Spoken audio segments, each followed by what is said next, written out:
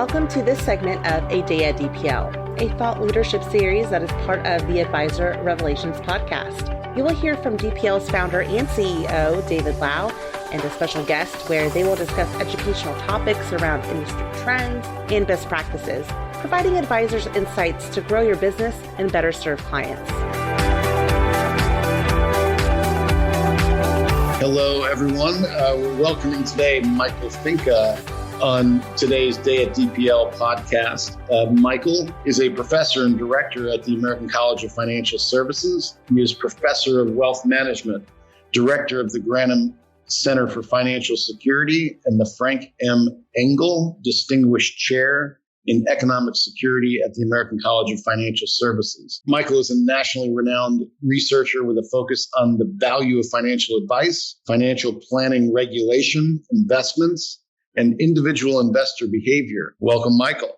Thank you, David. Good to be here. So we get to talk about kind of our favorite mutual business topic, at least, in retirement and annuities and insurance and retirement financial planning, all of that good stuff. I can't wait. We work with RIAs, as you know, and RIAs have always been, as I say, kind of allergic to annuities. We help solve one of their biggest problems in that we have eliminated commissions so that they can now get paid on the products. But one of the things, RIAs have always been is asset managers. So they tend to think of investments, they tend to think of numbers. And one of the areas of retirement that you've focused on in your studies, which to me is really the ultimate measure of a good retirement, is satisfaction and happiness in retirement of your client. And that's not always about numbers, and it's not always about investments alone. And so what can you talk to us about the research and your findings relative to what creates a satisfying and happy retirement? David, I think when it comes to a topic like annuitization, as you know, there's not a whole lot of disagreement among economists about the value of annuitization. And I think one of the reasons is because it is mathematically provable that you can spend more per year more safely through annuitization than you can through assets alone. Why? Because you don't know how long you're going to live. So you pool that risk of unknown longevity, which is an idiosyncratic risk, which we're all trained to get rid of as idiosyncratic risk. Why? Because we don't sacrifice by using some form of diversification on average to get rid of idiosyncratic risk. So with a portfolio, we can, without changing the expected return, we can make people better off by diversifying a portfolio. So that's automatically something that we do. But I think oftentimes advisors don't consider that not knowing how long you're going to live is an idiosyncratic risk. And we can get rid of that idiosyncratic risk through mortality risk pooling by simply creating what I like to call a long life income club, where everybody participates and the people who don't live as long subsidize those who live a long time, but everybody can live better. So there's no sacrifice in lifestyle by being part of the long life income club. It is just a simple, efficient way of getting rid of idiosyncratic risk. So the numbers guys like annuities, but what really motivates me to talk about annuitization, and really when I'm talking about this whole idea of mortality risk pooling, that true essential benefit that you get from the annuitization product structure, that is something that not only provides a efficiency, but it also helps the average person live better. So I've recently done some research on life satisfaction in retirement. And what I consistently see is that those, especially in the prior generation that had access to pensions, those who have more lifetime income are happier than those who have less lifetime income. Actually, if you estimate mathematically what the amount of happiness is, the $10,000 of lifetime income is roughly equivalent to about having an extra $650,000 in investable assets. So you can buy $10,000 of income for a lot less than $650,000 of investable assets. So it's efficient in that sense too, in terms of overall happiness. Now, when you drill into why annuitization makes people happier, or why guaranteed lifetime income makes people happier, in whatever form it is, whether it's Social Security or pensions or some kind of a private annuity, it is because it allows people to spend the money that they've saved without having to worry about running out. And when you actually look at what makes people happy in retirement, the categories that have the biggest impact on life satisfaction are those frivolous social spending categories, like going out to eat with friends or going on vacations. That's what makes people really happy in retirement. What happens when the market falls or when there's anxiety about what's going on in the overall market? People stop spending money on those categories. So essentially what you're doing is not only are you providing something that the quants love, which is mortality risk pooling, getting rid of the idiosyncratic risk, you're also giving people the freedom to actually spend the money that they've saved by providing a guarantee that they're never going to run out. And to me as an academic, that I want people to live better. They're making sacrifices over their working years to save. They could have lived a better life if they would have saved less, but they saved more. So now they get to retirement, and I want to give them something that's going to give them the greatest amount of joy from what they've saved. Yes. And I mean, I have direct experience with this, anecdotal, right? Because it's my father we're talking about. So my father forever, he tried to retire several times, right? He retired for a couple months here, a couple months there, always going back to work. And I always presumed, because he's a workaholic, right? That he never really wanted, could get away from work because he just enjoyed it. Finally, after having retired a few times, I said to him, Dad, are you really going to do it this time? And he's like, yeah, I think so. But I'm a little bit worried about my income in retirement. Like, I've been working with an RIA, one that I had recommended to him. And I'm like, do you know what I do for a living? Let me talk to you about an annuity. And, I explained the annuity, and what you realize is the psychological changes. I mean, there's so much changing, right? When somebody retires, they're going from working, they're losing that. There's so much insecurity and so much change and lack of stability. As you were describing, they were savers, they were accumulators. Now they're losing their work identity. They're going to having to start depleting that nest egg that they've built up for decades. And that's all a big change. And for my father, it's like, hey, just having that security of that paycheck, and he's not a spender and he's a wealthy guy. He had no worries about running out of money, but he just didn't like the fact that his income was now going to be so much in flux and unpredictable. He just wanted the security that the annuity would provide. Now, I don't know that was absolutely the thing that got him to finally, stick to a retirement, but coincidentally, the annuity happened and he's now stayed retired. Yeah, we've studied this phenomenon of people who have spent their entire working life spending less than they earn. So the savers, we call them the ants. And the ants get to retirement and they build up this big nest egg because they're ants. They've been trained to save for the winter. They're not like the grasshoppers. The grasshoppers, they spent their money. They had fun with the money. But the ants, they saved and they preserve this nest egg for retirement. And then when you watch what the ants do in retirement, you see that and I've actually done interviews with ants. There was a financial company that actually allowed me to interview people who were in retirement.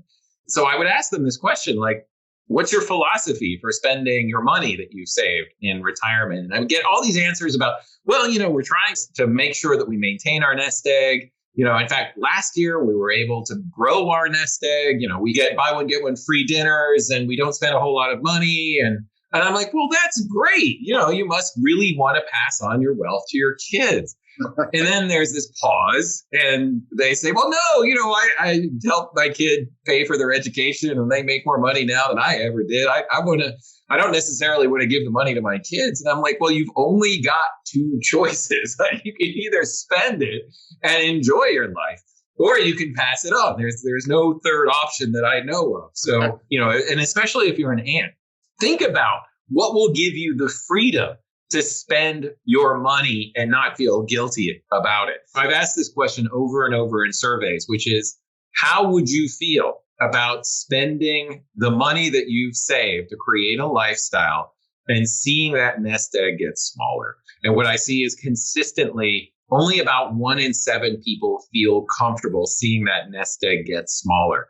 We have a problem as Americans. We've gone from a pension system to a defined contribution savings system that's going to force the ants to do something that they've never done in their life, which is spend more than their income. And they don't feel comfortable doing that. But we have to give them something, because it's frankly never been more expensive to create an income from an investment portfolio. It's in the history of the United States. If you look at the cost of creating income from a 10-year treasury bond and income from dividends on the S&P 500, it now costs over $100,000 to get $2,000 of income from an investment portfolio. What that means is that for today's defined contribution retiree, they are not going to be able to generate income from the returns from the income that they're getting from an investment portfolio. And that means they're going to have to figure out a way to spend it down in a way that they're going to feel comfortable and not at risk of potentially running out. Yeah, and that has me, along with some other factors, incredibly worried for people's retirements in general. So, as we work with, the 1,000+ RIA firms on incorporating annuities and other insurance into financial plans, and you see a lot of the assumptions in a financial plan, maybe being overly aggressive, relying on historical averages. Maybe for stock, I'm trying to be kind. Relying on historical averages, not only for fixed income returns, which is like completely unrealistic, but even on equity returns. So, you see financial plans built upon maybe a blended 8% return. I like to call it fairy dust, but yes. Yeah. I mean, it's got me tremendously worried. I mean, because you take some unrealistic market assumptions and maybe, not planning for a long enough retirement, for, a client. And then you're coming out with, the Monte Carlo score, in an 80% range, which is acceptable to a lot of advisors. And they position it to their client as like, don't worry, there's 80% chance the plan's going to be just fine. And if we're off a little bit, I'll just kind of manage your spending, through retirement, everything's going to be fine. And I think it kind of minimizes the whole problem. And I think the problem is bigger than maybe anybody's talking about. What are your thoughts about that? Well, you have to deal with reality.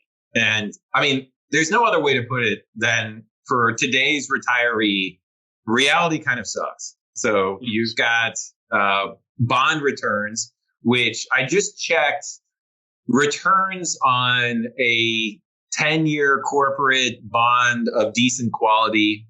I'm not returns, yields are 2.2%. Yields on 10-year treasuries are 90 basis points. Historically, investors have gotten about a quarter of the yield spread between corporates and treasuries. So maybe you get 1.25%, maybe you get 1.5% return on your fixed income portfolio. Nobody knows, but that's probably your best bet.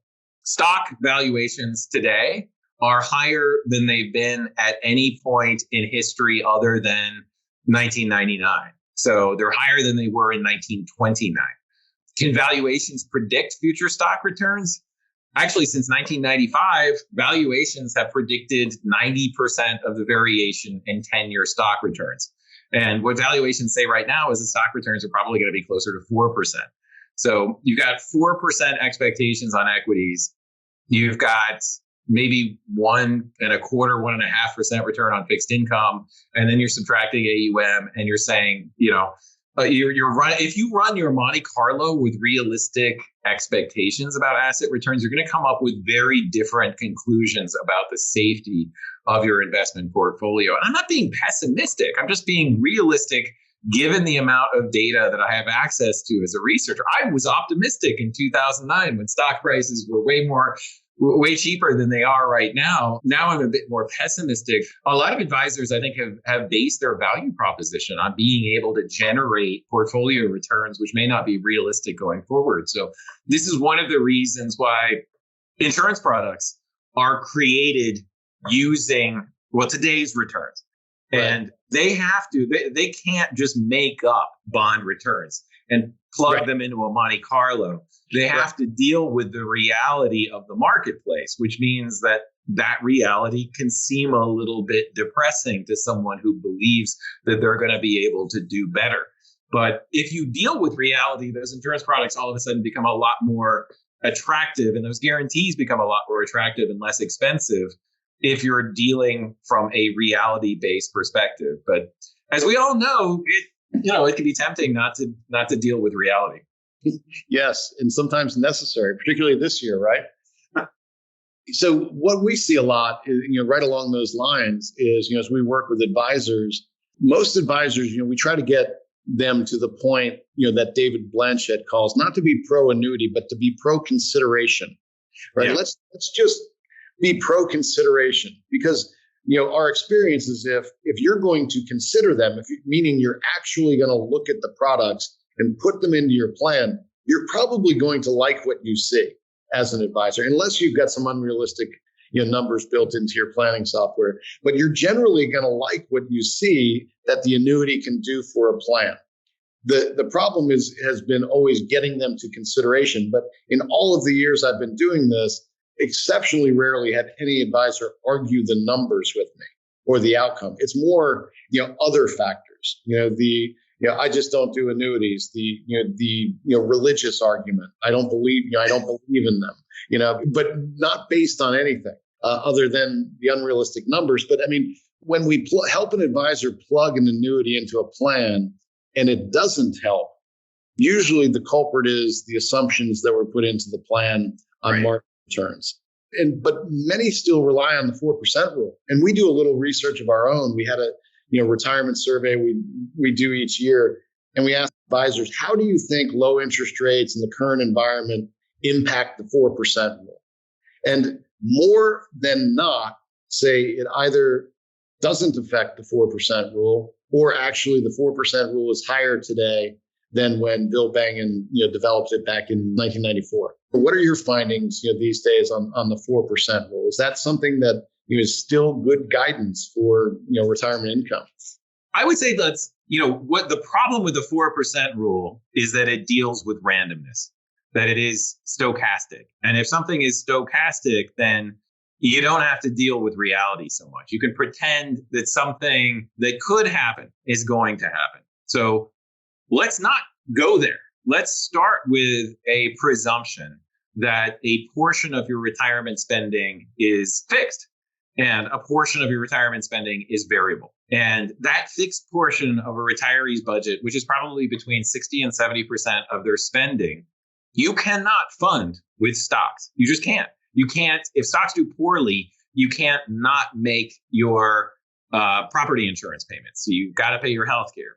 Those expenses need to be funded with safe investments like bonds. So let's sit down and let's estimate how much you need to set aside in bonds to fund your safe spending in retirement. The first step of that is to decide what failure rate you're willing to accept with your basic expenses in retirement. Is it a 25% failure rate? Is it a 10% failure rate? Is it a 5% failure rate? Because you have to accept some failure rate if you're going to put together a bond ladder or some type of a bond strategy. It doesn't matter if it's a bond ladder or a bond mutual fund. It's pretty much the same thing. You're kind of stuck with today's returns either way, because if interest rates go up in the future, then your bond mutual fund is going to go down in value. And if it has any duration in it, it's going to give you the same income. So let's start with that. And then let's estimate how much it costs to build your income up to a certain percentile. So and first of all, we cannot use Social Security mortality tables, because Social Security mortality tables are irrelevant for your client. Your client is going to live far longer than the Social Security averages. And in fact, that has actually stretched since Bill Bengen wrote the original 4% rule article, that men have gained 5 years of longevity since the 4% rule article was written in the top 10th percentile of income. Women have gained 3 years in the top 10th percentile of income and longevity. And what that's done is it's stretched joint longevity out farther and farther. But let's just look at a woman. A 65-year-old woman has a 27% chance, who is healthy, has a 27% chance of living to the age of 95. So let's estimate how much income you can get from your bond portfolio to the age of 95. Is your client willing to accept a 27% probability that they're going to run out? No. Well, then let's do it to 100 for a 65-year-old healthy woman. She's got a 9% chance of surviving to the age of 100. What will it cost to buy an income from bonds at today's interest rates to age 100? Now let's compare that to the cost of buying the exact same amount of income with a 0% chance or a near 0% chance of running out of money. They're priced based on the cost of funding essentially a bond ladder to the average longevity, which may be closer to late 80s.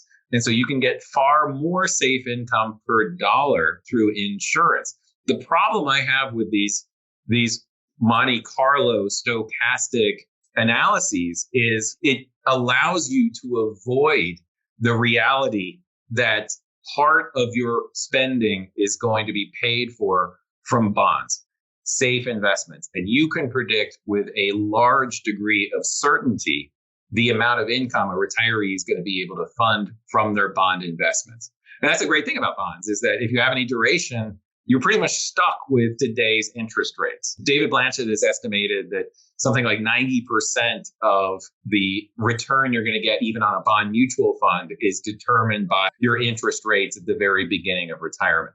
So you're stuck with that. And if you're stuck with that, estimate the cost of building a bond ladder to a certain longevity, and then estimate the cost of doing it with insurance. And what you'll see is that you can get far more income per dollar with insurance.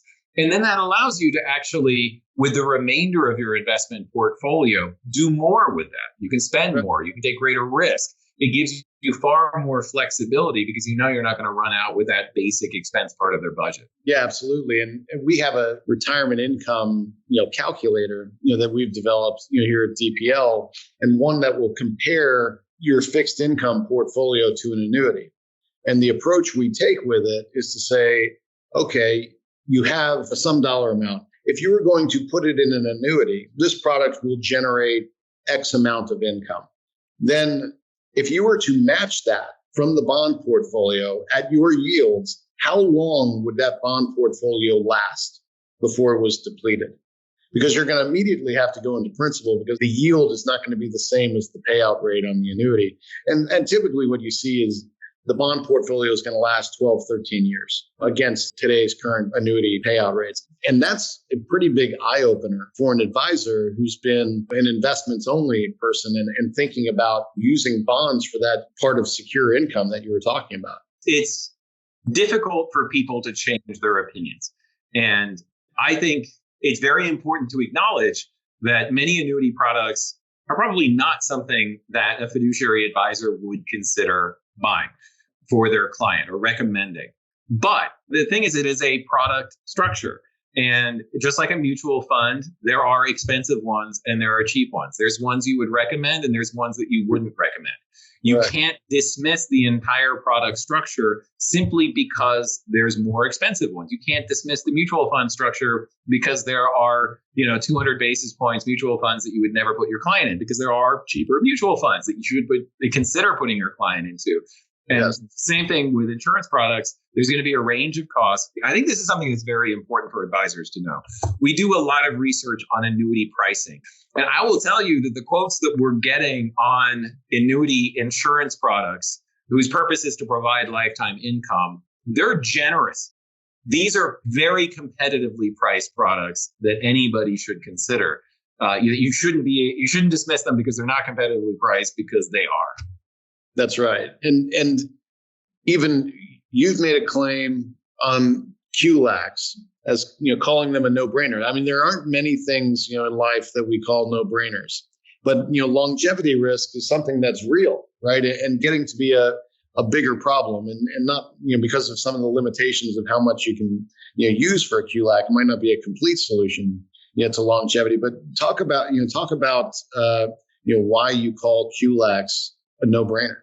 Yeah, a few years ago when QLACs first came out, I was talking with someone from an insurance company, and I was saying, wow, these QLACs are so exciting. You get exactly the kind of insurance product that most economists think that everybody should have, which is a later life longevity annuity. It covers that mortality protection for at later life years where it's cheapest to cover it.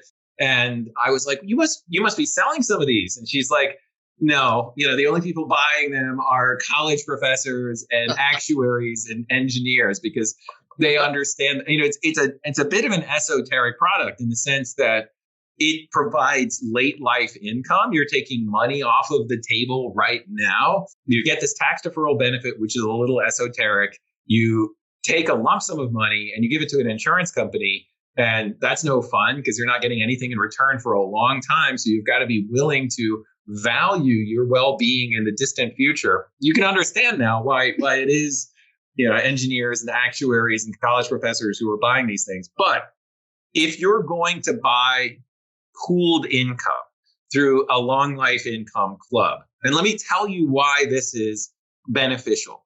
So you've got two choices, as I mentioned before. You can either pool your income or you can create a bond ladder. And if you're a 65-year-old male, let's say you want $100,000 of spending at the age of 96. Well, at today's interest rates, you're going to have to set aside $35,000 today to fund $100,000 of spending at the age of 96. But it just so happens that if you look at the mortality table, a 65-year-old man has a 1 in 10 chance, who's healthy, a 1 in 10 chance of living to the age of 96. So he's got two choices. He can either side $30,000 or $35,000 at the beginning of retirement to fund $100,000 of spending at the age of 96, or he can get together with 9 of his friends and start a long life income club. And each of them can pitch in $3,500. And they can still get $100,000 if they live to the age of 96. So it does not affect your income at all. And it costs you 1/10 the price. Why? Because of what's known as mortality credits. And, to an economist, this is a no-brainer. Why would you not do this? Because, first of all, if you live to the age of 96, you've got $100,000 of income for $3,500.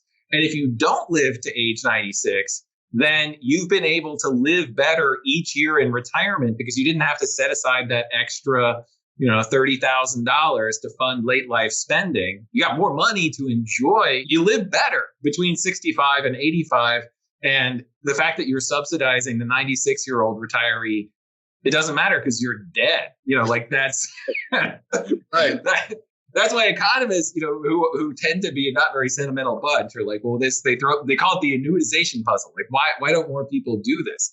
So right. You're buying annuitization when it is cheaper, that late life annuitization. You're cutting off that tail risk of potentially outliving your assets. But in the same process, you're taking up to $135,000, buying about $40,000 of income that starts at the age of 85. And then it makes retirement income planning so much easier because, if you have a husband and a wife who have significant IRA assets, they can each put $135,000 into a QLAC at $40,000 of income starting at the age of 85. They've got Social Security on top of that. Then really retirement income planning becomes planning between 65 and 85. And that's a lot easier than planning for an unknown time horizon. And, it means that your client, they don't have sleepless nights when the market crashes because they're worried about running out of money. You can always tell them, you got this income that's going to kick in at the age of 85. Don't worry about what's going on in the market. So not only is it mathematically efficient, but I think it also is one of those examples where it's behaviorally efficient. What I find also in my research is that people, as they get older, they become more emotional about these rises and falls in the stock market. They're more prone to make investment mistakes. Yeah. It's going to be a lot easier to manage that volatility if you've got some sort of a plan for dealing with long life or dealing with the eventuality that your clients might live to the age of 100. Yeah, that makes me think of a point I know I've heard you talk about before, where you've also got this problem as people age, their confidence in their ability to make financial decisions is increasing, right? At the same time that their actual ability is decreasing. you think about how that plays into, should they have a secure retirement? Should they have some, foundational, elements to generating their income, to start taking some choices off the table later in life? People talk to me about self-driving cars, and they say, well, what do you think about self-driving cars? Because I'm a big car guy. I love driving. And I say it's awesome. And I cannot wait for when I'm 90 to be able to get in my self-driving car and have it drive me to the grocery store. Because first of all, I know that my driving skills when I'm 90 are not going to be that good. But I also know that I'm not going to know it. And so I'm going to get in the car and I'm going to drive to the grocery store and put myself at risk and put other drivers at risk. Why shouldn't I do the same thing with my finances? Why shouldn't I also automate my finances so that after the age of, say, 80, I have put together a plan where I can make all the mistakes I want with my investments, and no matter what happens, I'm still going to arrive safely at my destination. So automating late life income, again, mathematically pooling it has a big advantage, but also you want to take yourself out of the equation because you're going to have a different set of financial abilities when you're 90 years old than when you're 65. You're not going to realize it. And you need to make these choices early in retirement to make sure that you don't make mistakes late in retirement. So what do you find on what you referenced earlier, the annuity dilemma? Like there's all these compelling reasons to utilize, annuities, both, kind of psychological and economic. And, what do you find is the barrier to, more people utilizing, whether they be advisors or clients or average investors to utilizing annuities?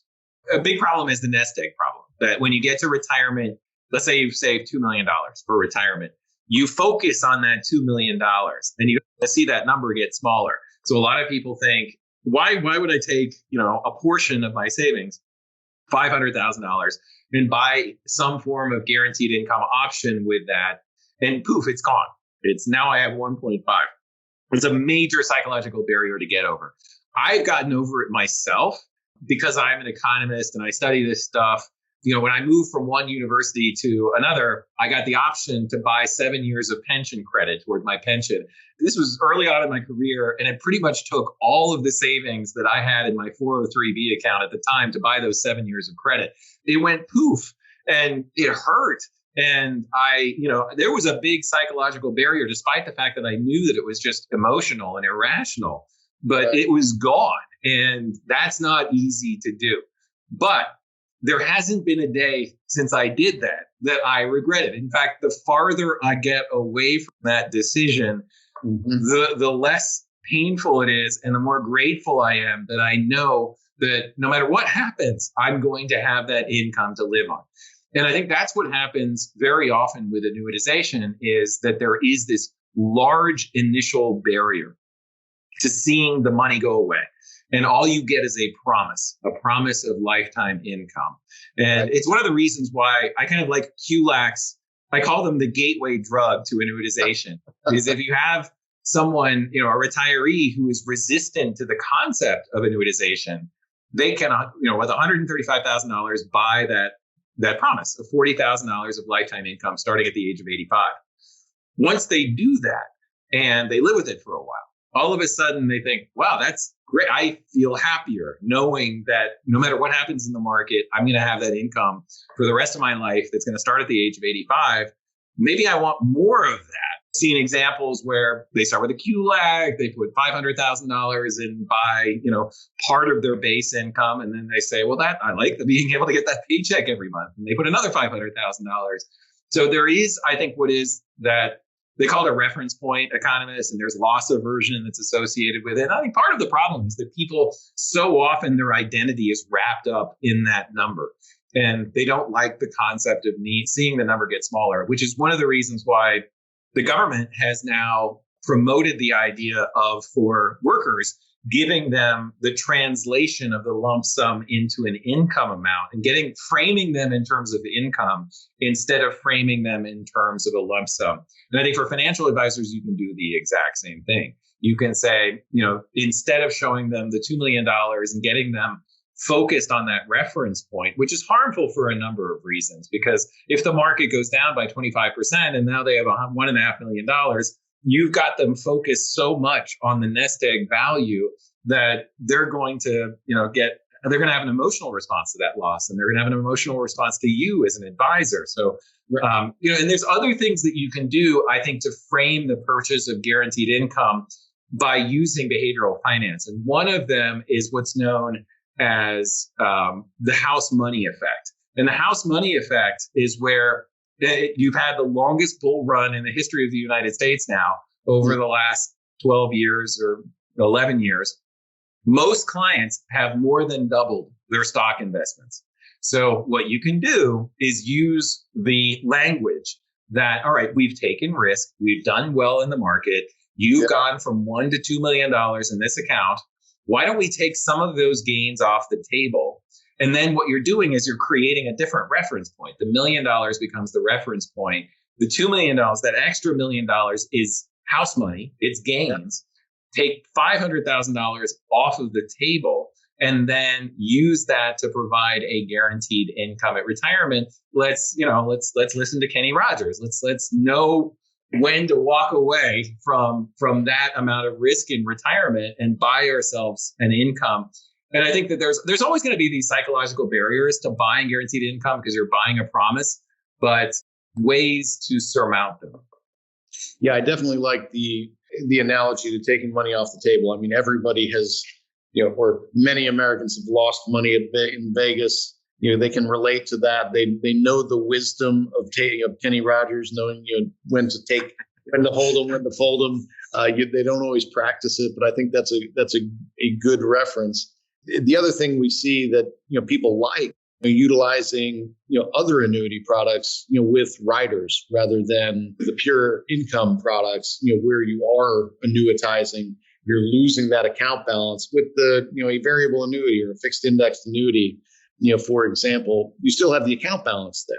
You don't see that huge loss, and that can be helpful, as well. You pay a little bit for that, right? I mean, there's a rider fee, so you pay a little for it, but it's another way of getting over, some of that, psychological barrier. That's absolutely true, and it's also important to remember that part of that fee, well, a good chunk of that fee is depending on the type of rider. If it's a lifetime income rider, essentially that's going into buying a deferred income annuity. I mean, you have experience, you worked at insurance companies, David, so you know how these things are structured. But part of that money gets taken out and it goes into a fund. And if you live a long time, then you get that money back. It's not money that disappears. And I think when people point to the fees on some of these products and say, well, it's so much higher than a non-annuitized product, that's not the right way of thinking about it, because part of that is actually going into buying a guarantee. It's going to buy something that has true economic value that you could have gone out on the open market and bought a ladder of deferred income annuities that are essentially providing the exact same purpose.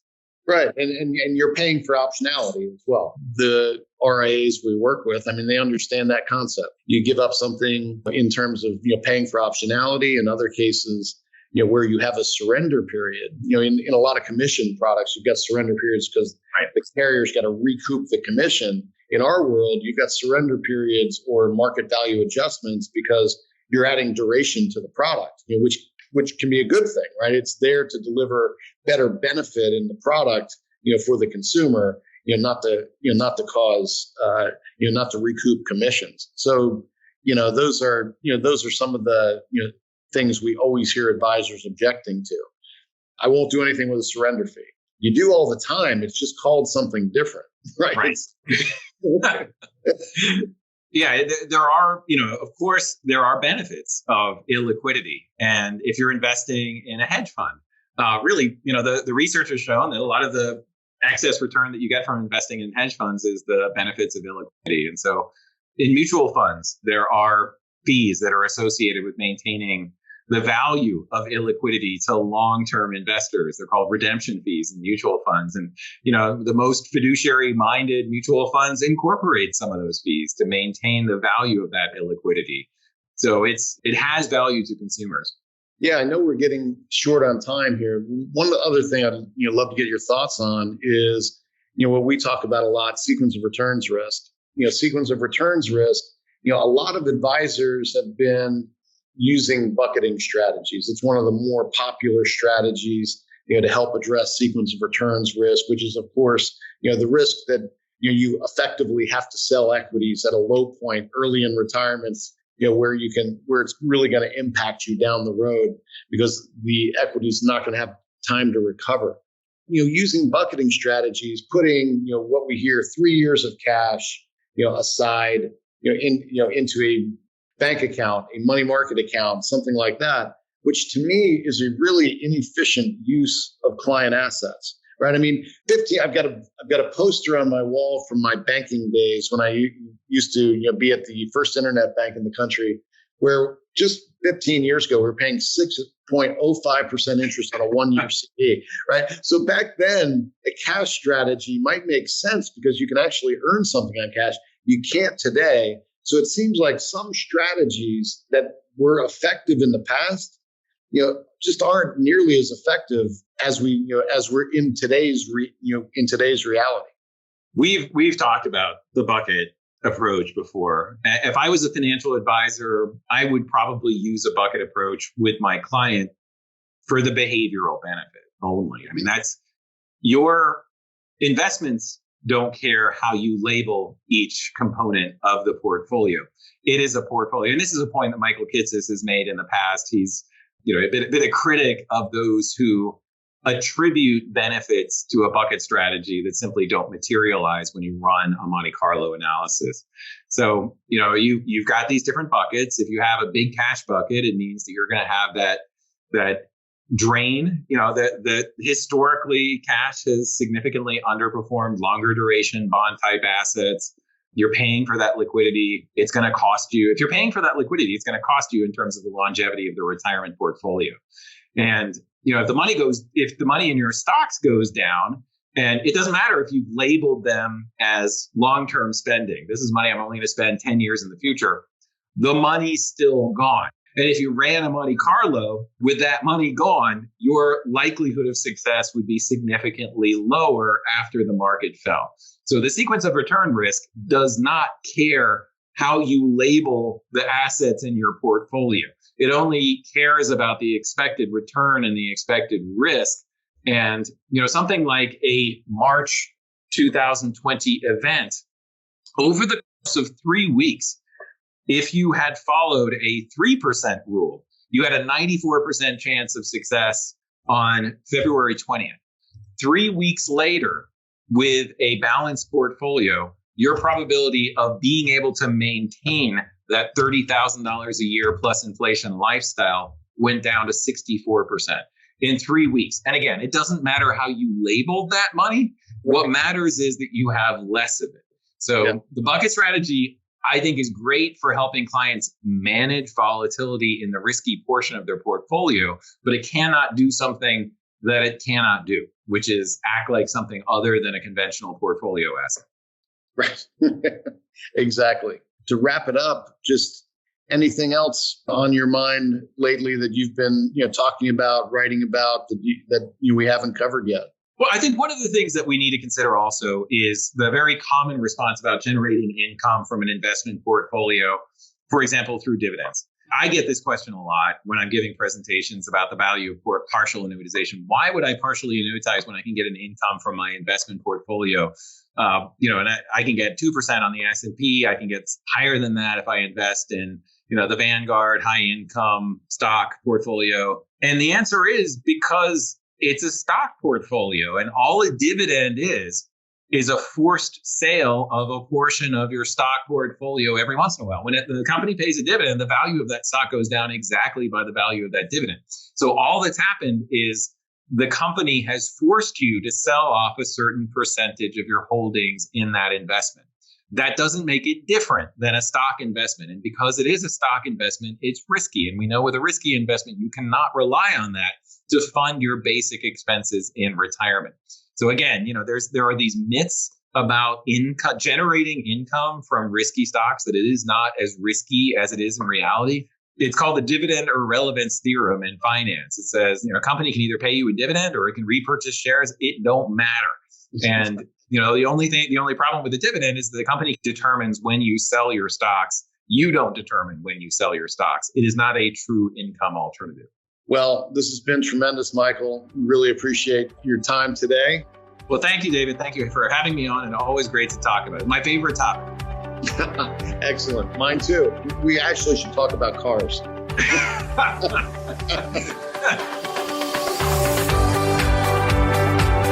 Thanks for listening. To hear more advisor revelations, go to dplfp.com and subscribe on your favorite podcast streaming app.